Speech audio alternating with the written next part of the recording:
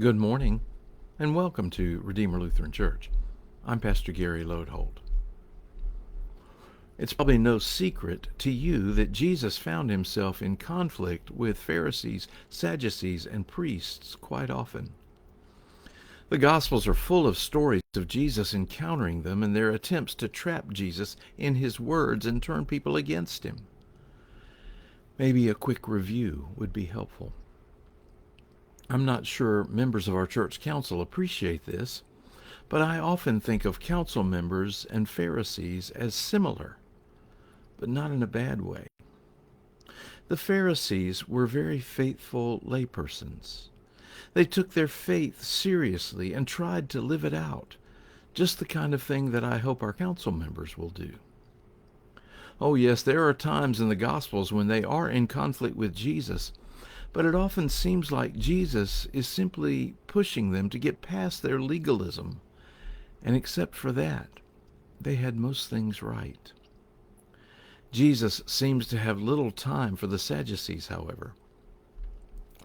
The Sadducees were largely the priests who worked in the temple, and it sometimes seems like Jesus saw them as little more than sticks in the mud. They didn't believe in life after death, and while Jesus is often in conflict with them, he seems largely to dismiss them and their viewpoints. We are looking this week at the temple and the places that Jesus did things or taught within it. And so for today, I want to start working from the inside out.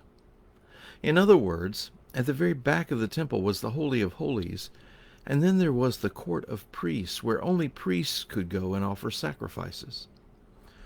But there was a low wall that separated this from the court of Israel, where any Jewish man could go. So we want to start in that court of Israel, because that's where Jesus would encounter the Pharisees and Sadducees for those, how shall I say, discussions.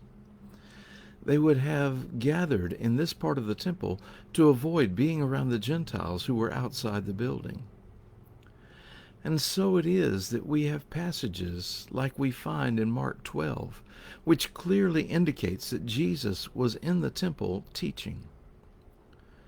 There's one scene described there, and you kind of get the feeling that there was a group off to the side eyeing Jesus and then sending over a representative with his question to trap Jesus. The first one was about whether it was lawful to pay taxes, and Jesus answered with, "Give to Caesar what belongs to Caesar, and to God what belongs to God." What Jesus means is that we belong to God, and so all we are should be given to God. The next group that comes is from the Sadducees, and they present a hypothetical question to see what Jesus says about life after death. Jewish law said that if a man died without a male heir, his wife should marry his brother, and they should raise up children on behalf of the dead man.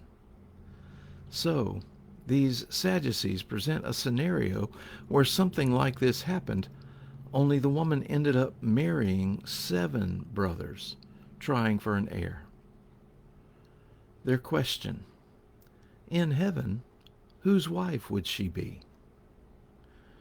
Jesus sort of dismissed them again and said, "Heaven isn't like that." Then someone asked Jesus about the greatest commandment, and Jesus answered with, "Love the Lord with all your heart, mind, and strength, and your neighbor as yourself." Then Jesus asked his own question to them.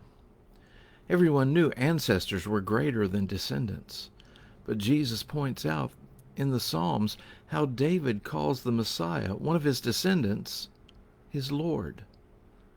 Explain how the great King David calls one of his descendants his Lord, Jesus asks. They couldn't answer him at all. Those kinds of stories and encounters mark the kinds of things that happened around Jesus in the court of Israel in the temple.